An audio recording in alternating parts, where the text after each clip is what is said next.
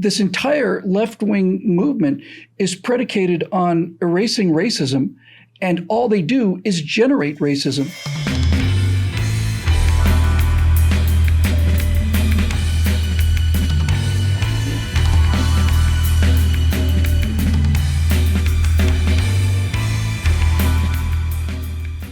Hi, everybody. Welcome to The Virtue Signal. I'm Bill Whittle with my friend Alfonso Rachel, and this is the show where we try to talk a little bit about the philosophy and the morality underneath some of today's politics. We did a right angle a couple days ago talking about the death of Nichelle Nichols, who played Lieutenant Uhura on Star Trek. And I was a big fan of hers. And I said I think she was the most important person on the show. Martin Luther King personally basically begged her not to resign from the show after the first season because she was such an incredible example for so many people. And here's kind of what I want to get at, just to kind of follow through that. All of the social justice warriors out there today, all the teenagers and people in their 20s, are convinced that that they're the ones who are fighting racism and essentially going to change America and all the rest of it. But what I've noticed since I've been aware, and I wanted to get your take on it, is that it seemed that things were much better between just in terms of general race relationships and just in terms of general feelings of animosity. In many cases, back in the 60s and 70s, even and even into the 80s, before critical race theory started to come along, and Barack Obama and all the rest of it. I'll just give you like a couple of examples, and I just wanted to get your take on this. So. The thing I like most about the way Uhura was treated in Star Trek was there was never any mention about her being a black woman, about her being black or being a woman, with one exception where they went to say Abraham Lincoln comes on board the Enterprise and he says, "Oh, what a charming negress." And he says, "Oh, I'm sorry, I didn't mean to offend you." And she said, "Why would I be offended by a word? In our century, we've learned not to be offended by words." And I thought, that was written in 1966, 67. Well, we've certainly learned to become offended by words since then.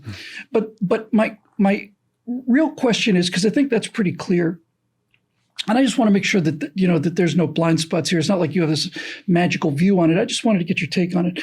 One of my favorite things of all time ever, and I watch it all the time on YouTube, especially when I'm feeling low, are the Dean Martin celebrity roasts. And there's a comedian named Foster Brooks. Do you know him? He's the guy who plays the old drunk guy. Mm. I think he's one of the three greatest comedians who ever lived. And when I look at the Dean Martin roasts, which were done in the mid to late 70s, I see, unlike the so-called new roasts, where these people don't know anything about each other, they've never met each other, they're just knife sticks, Yeah. With the Dean Martin roast, the people on stage were legends. They were legends, and they were the same people pretty much every time. It changed a little bit depending on who was being roasted, but they were regulars every time. And when they would make jokes, they'd make a lot of jokes that they could never get away with making today. And it seemed to me that everybody was genuinely laughing. Just as a quick example, one episode, Foster Brooks came out and said he always liked to be introduced as somebody who was, the pilot of this guy or the doctor of this guy. So he came out and he was the personal trainer of Muhammad Ali. Muhammad Ali was was the man of the hour being roasted. And one of the things Foster Brooks said was he had to completely change his diet, had to completely change the way he was eating. I had to get him to stop eating all kinds of things. Collard greens. People laugh. He says, "Well, that's what collard people eat." Right? And so everybody laughed. And I guess where I'm going with this is, do you think that they were actually laughing, or do you think that, because people today will tell you that the people in minorities, not just blacks, but also, they make fun of Hispanic, make fun of everybody, which I think is kind of the point. People today would argue, yes, they're laughing, but they're laughing just to get along. They're laughing, through the tears kind of thing, right? They don't actually think this is funny. This is very hurtful to them. It doesn't seem that way to me. And I just kind of wanted to talk about that because it just seems to me that things have gotten so much worse. It just seemed like, when I look back on All in the Family, which is what really did change, America, really did. I was there. I was one of those people who got changed by it.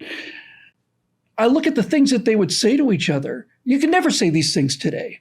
And I realized that it was the ability to joke about these things that made the difference, that actually made the change. Well, there is some truth to it, man. And I've experienced it myself. There's been those moments where it's like, you just kind of have to, chuckle, just I'll give you an example. I remember going to see a stand-up show, and one of the comedians was a conservative, and he had a song called "My Niggles," right? And I'm sitting in a room full of Hollywood conservatives, tapping their feet and clapping their hands to this song called "My Niggles," and the song "My Niggles" was about a black person who's basically, he votes Republican. He doesn't drink. He doesn't smoke. He does all the things that, that proper white people do. And he does it because he wants to be white. Right. So I'm in this room listening to this person give this, this stand up. And I guess in order to be seen as the non-threatening, non-angry black person, I had to sit there and I had to laugh and tap along and all that sort of stuff, because I don't do any of these things, and I don't smoke and I don't drink. Sure. And the irony of it is that after him, there were two other white comedians, and all they did was talk about smoking weed and how much they loved it. And I'm like, so I'm the guy who has to sit and listen to this and go along with it, even though I don't do these things. But I guess the reason why I'm doing it is because I guess I want to be white. I want to be his niggles. So yeah, there is a lot of truth that I've experienced that all my life, where I've had to sit by and just kind of laugh as if that it's okay and it doesn't really bother me. But it's not in every case, and there are some things where it is just mean spirited. Some things are actually like the joke that you had reiterated. That's actually kind of funny, right? Yeah. That stuff doesn't bother me. But some things are just mean spirited, and they're just not based in any truth, and it promotes problems in the culture. Yeah, I wouldn't have been tapping my feet along to a song called "My Niggles." I can just tell you right now, I wouldn't have found that funny at all. Which kind of brings me to the point, I guess. Because when it's genuinely funny, and that colored person joke is not only funny, it's gentle, Mm. It's not mean. He never did anything mean. Don Rickles, everything he did was mean, but he did mean things. But he did mean things to everybody, yeah. Right? And so I was thinking about this as a topic because lately I've been listening to a lot of Bill Burr. And Bill Burr talks about the difference between men and women and the difference between black and white and so on a lot. And he doesn't pull any punches. And I think he's hilarious. And I think that when you talk about things like, kind of smiling through my niggles, that's just not funny, right? You're just being polite, essentially. I'm sure I would have, I wouldn't have got, if it was a conservative stand-up thing, wouldn't have gotten up and thrown a tomato at the guy, even if I'd wanted to. But that's just not funny. But when it is genuinely funny, it seems to be a bridge. The thing about Bill Burr is he can go right, he can touch it right in the quick. But you can tell that he's being fair, and that the things that he's talking about the black people are genuinely funny. And so are the things he says about the white people. And I've seen reaction videos. Which I like to watch a lot of, actually. Seen reaction peoples of black people who are watching Bill Burr for the first time. And at first they're kind of like, okay, where's this guy going with this?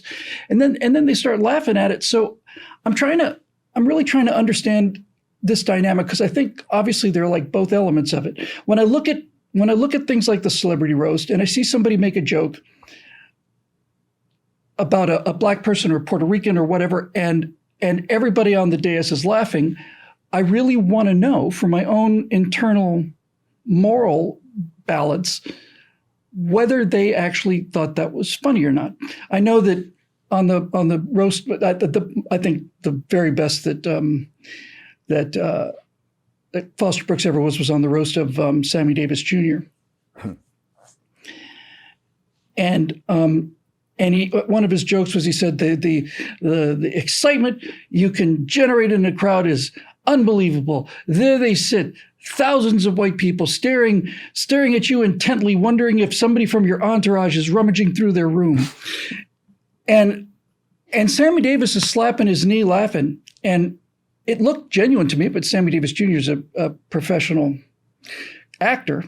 I think the thing about the roast was that there was nobody was protected, you know? I mean, like Dean Martin, for example, every time Foster Brooks would talk, he'd come up to the podium. It's really an episode about Foster Brooks, I guess. And Dean Martin was always sitting right here on the right next to him. And he would come out and he would, Dean Martin would introduce him, and the first words out of Foster Brooks's mouth on one of them was, "As the Puerto Rican gentleman just explained to you," and Dean Martin would roll back and laugh, or he would say, "Dean, the last time the two of us were this close together, somebody stepped on my tongue." Because the joke about Dean Martin was he was just constantly drunk, and he looked drunk on the roast. So I guess where I'm going with this is that this kind of humor can be not only acceptable, but actually, I think, kind of healing and kind of tension releasing. Sure. If it's funny, if it's not mean, and if it's fair. If you get the sense that, okay, everybody's being picked on here. And again, the difference between the Dean Martin roast and the current roast is you could tell that everybody on the Dean Martin roast loved each other. They loved each other, admired each other. They were legends. They'd worked together for 20, 30, 40 years. On these current roasts, Patton Oswalt comes out and says something about William Shatner, something horrible, and they've never met each other and never will meet each other again. And so there seemed to be a lot of affection there. Indeed, man. And when I give that story, it's not any some sort of airing out dirty laundry or being a snitch or a tattletale. It's the kind of thing where it's like, be careful what you're doing, because these are the kind of things that invites the stigma into the culture. Mm-hmm. It's like, you don't want to do that. It's not worth it just so you can get a laugh. If that laugh is going to come with a lot of problems. Speaking of Sammy Davis Jr., to give an idea of how he felt about it, there was a skit that he did on the Carol Burnett show, which kind of puts in perspective how he actually felt. And it was basically this kind of thing where Carol Burnett played, of course, this Southern Belle elitist. And to her, her perception, there wasn't a problem with, and you shouldn't have a problem with it. You should just simply know your place, mm-hmm. and don't assume that we're equals. And I can go ahead and say whatever it is that I'm saying to you because I just have the privilege and the status to be able to do so. Right. And Sammy his character was always basically polite about it, and not acquiescent to it. He by his body language, you could see that he had a problem with it, right. But just to maintain the peace and to be able to have a peaceful goodbye despite her coming to visit him. That's just the way it is. So that kind of gives you an indicator of how Sammy Davis Jr. kind of felt about it. Was there a point to that sketch? Was there a joke about it, or it was more of a dramedy kind of sketch. It had its comedic moments, but it was more of a dramatization of, hey, I know that you're feeling like you're treating me as some sort of equal, as a favor to me, or something that you're granting to me, where I'm allowed to maybe have a visitation with you and laugh with you and all that sort of stuff, but you're still assuming that you're allowing me into your laughter space, So that was kind of like, if anybody sees, just maybe look up Sammy Davis Jr. with a Carol Burnett, and they probably see that skit. I'll look for it now. But like I said, it doesn't mean that we can't have. I'm not down with political correctness at all, but I do believe in a sense of cultural courtesies. Even Richard Pryor, like speaking of Nichelle Nichols, right? Mm-hmm. Now in that skit where the Abraham Lincoln figure addresses her as a charming negress. A charming negress. Now, I remember the skit. I remember it not really bothering me, but at the same time, it depends on what's the spelling. I don't know if he called her a negress as in Negr and then add the S on it as a feminine connotation, or if he's calling her a negress as in Nigres. He called her a negress with an E. It was Okay. it was the polite term for a female black person. Now, and he's obviously a feature of almost mythological good, at least on that episode. Right. And he realizes that the term that he used, which he meant with respect, could have been misinterpreted. And she said, "Why would I get upset about a word?" Now, what follows that, if he's saying that spelled with an E, there's no problem with that, because I myself am a Negro. Negro just means black, right? In the Romantic languages, that's what it means. There's no problem with that. The problem now, from there is no controversy for whatever time that it was in. Now, if we use the term spelled with an I, you say the N word per se. Now, people would say, like, well, it's just a word and all that sort of stuff. Well, here's the thing. The N word came with something behind it. It sure did. It came with the force of law. The N word is basically a word that implies a stature specifically to black people. It was a lazy way of saying Negro. But we're going to take the word Negro and we're going to turn it into this word, apply it to a people that we feel has no rights as a second-class citizen. We have made it law to make you property. We've made it law where you cannot vote, you cannot hold office or anything. We have the force of the law behind that.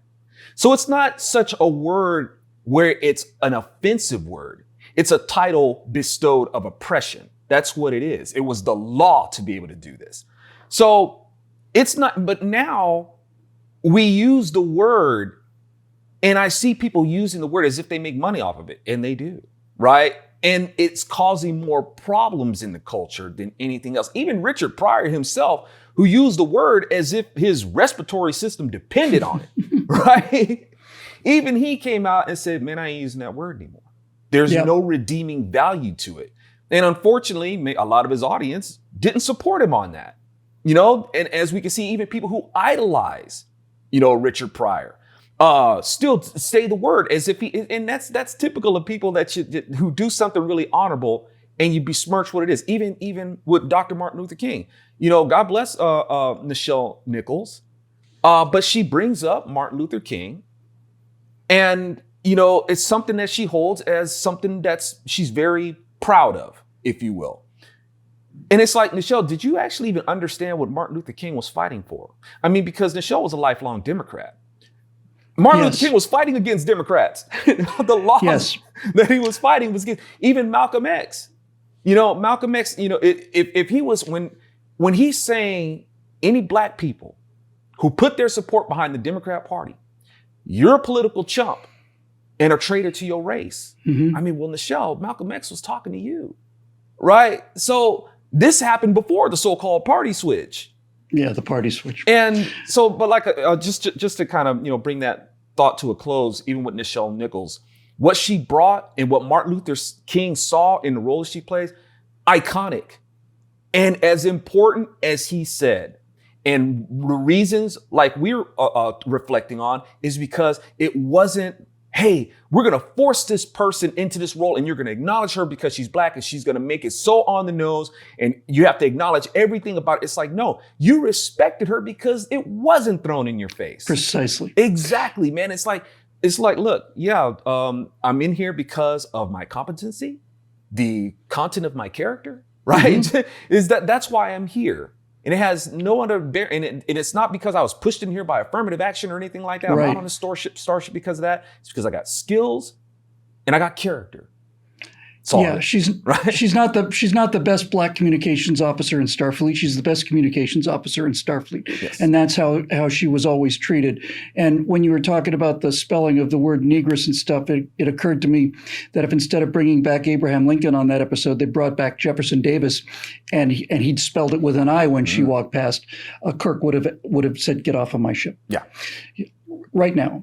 And that's the part I think that is most interesting today politically is that this entire left-wing movement is predicated on erasing racism, and all they do is generate racism. Absolutely. And I remember, I didn't really fully realize it at the time, but I remember my brain being rewired by Nichelle Nichols by All in the Family, Lionel on All in the Family, he was, Archie's is this giant bigot, but he's got a heart, right? And he's just constantly getting burned by Lionel. And Lionel's, he was funny. And it just kind of opened your eyes to things. The thing about Nichelle Nichols, too, is obviously when Martin Luther King says you're so important, I'm sure he was mostly referring to the fact that she was such a great role model for blacks. I've heard that Whoopi Goldberg said when she first appeared on Star Trek, her mom said, "You got to come see this. There's a black woman on TV who's not a maid," and I get that. But the other thing that Nichelle Nichols did was she unshackled white people, and not just white people, men as well, because she wasn't just a black officer, she was a woman officer, and that was revolutionary in the day. And I just looked at that. I look at the Dean Martin roast, and I think about All in the Family, and all three of those examples. In the comment section in YouTube, you would see the same thing every time. You could never get away with saying that today. Things seem to be so much less sensitive then. People seem to be so much more willing to joke about others and themselves. People were a lot more actually genuinely tolerant then. And when that line came up at the end of that, at the end of the right angle we did, where she says, "In our century, we've learned not to be afraid of words." And I thought, well, in my century we have, and those words that you just spoke were written in the last century. I just, it's things like this that I want to make sure I've got like a clear view on things. I want to know. I'm not saying that that's why we talk about things and try and triangulate on the truth. But it's important to me to know that when Foster Brooks is making jokes about Sammy Davis Jr. and Sammy Davis Jr. is laughing his ass off and slapping his knee and just crying with laughter, it's important for me to know whether that's real or not. That's going to affect how I look at the whole transaction. Certainly seemed to be real. And Sammy Davis Jr. Made an extremely famous appearance on All in the Family as Sammy Davis Jr. And at the end of it, somebody said, "We should get a picture. Sammy Davis Jr. is in our house. We're just regular working people. We're just the Bunker family." So, and I think this was a surprise. I know it was a surprise to the audience. So at the very last frame, Sammy's got his arm around Archie, and the guy's got the camera, and he says, "Okay, ready? 3, 2, 1. And on one, Sammy Davis turns over and kisses him right on the cheek. That's the photo, poof, right? And then he says, "Bye, everybody," and he's out the door. And it's like, I remember watching that and just thinking, Sammy Davis came into this guy's house, and this is a guy who's a cartoon racist as far as the left was concerned, and he walked out of there with the absolute victory, And when I say the victory, not only did he get the best of Archie Bunker, you could tell it changed Archie Bunker's mind, and all of this stuff seemed to happen when I was a kid. And things just seem to get worse. And I don't like it. Now, just to close this episode up, there is no question, no question, that there was more systemic racism and sexism in the country in the 60s and 70s than there are today. There's no question about that. But that was the time when the attitudes were changed. That was where the fight was. And I look at Nichelle Nichols, and I look at everything from that period, and I think to myself, gee, things were really better then, and I want to be sure that I was right about that. Indeed, man. And the thing is, words, they do have weight. I mean, our career is kind of based on words, so they have meaning, and words can either be meaningful constructively or destructively. We can't just separate the two. That's just a natural fact of it, and or even the actions that take place, like that the kiss between Nichelle Nichols and Captain Kirk. Man, think of the implications of that, Bill. The kiss between Nichelle and between Uhura and Kirk was forced. That's right. They did it. That's how they got it on the air. Right. They had to make it look like it was against their will. Yes. And that is a total picture of what's being done to us now. This kind of stuff is being forced on us. We're being forced together into something, and it's not so much whether we want to do it or not. It's just under conditions that are not favorable. You don't force this kind of thing. It should be a natural thing. Now, the kiss between Kirk and Uhura, even though in the environment that the scene is in was forced, at the same time, it wasn't something that was forced on the public either. In the way that they did it, it was so masterfully orchestrated, where even where they're being pushed together, you're not thinking, oh my goodness, I hope they don't kiss. I hope they don't kiss. It's like, wow. Or at the same time, it wasn't something, oh, I hope they kiss. I hope they kiss. It was just, you're caught up in the scene of what it was. Whether, not necessarily against it, but you weren't for it because you didn't like it that it was forced, but you weren't against it either. Right? Right. And the proof positive of that is just the way that it was received in the culture. Now, jump to today where you have people trying to force this narrative, and people are getting, and when we talk about systemic racism, Bill, that's exactly what's, the systemic racism is still going on. And a part of the systemic racism to lead us into a race war is being done today because we have these kind of narratives that are shoved down our throat. The kiss is being forced. You can't see a commercial without there being like an international relationship, which I don't have. I don't have a problem. I'm in an international marriage, right? I don't use the term race. I don't use it because it sets us in the mindset that we're supposed to be in competition with each other. We represent different nations, right?